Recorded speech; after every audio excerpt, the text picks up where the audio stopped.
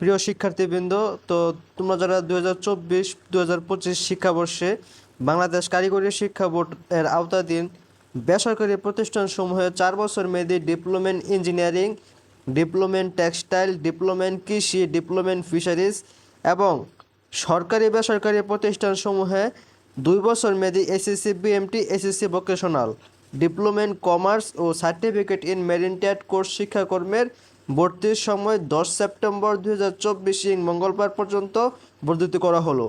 তোমরা প্রথমে তোমাদেরকে বলে নেই, এটি তোমরা যারা সরকারি পলিটেকনিকে ভর্তি হচ্ছ এটি তোমাদের জন্য নয়।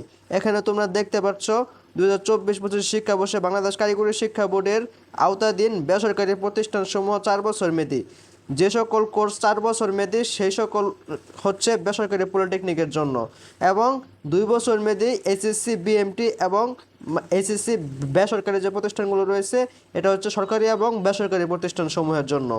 তো এটি তোমরা তোমাদের ভর্তির সময় বর্ধিত করা হয়েছে।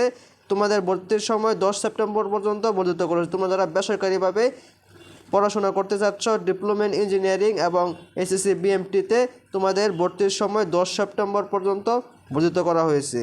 তো তোমরা ভর্তি আবেদন ফি প্রদান পদ্ধতি সহ আবেদনের নিয়মাবলী ভর্তি বিষয়ক ওয়েবসাইট এইটিতে তোমরা পেয়ে যাবে, এবং ভর্তি বিষয়ক যে কোনো তথ্যের জন্য অফিস চলাকালীন সময়ে তোমরা এই 2টি নম্বরে ফোন করবে।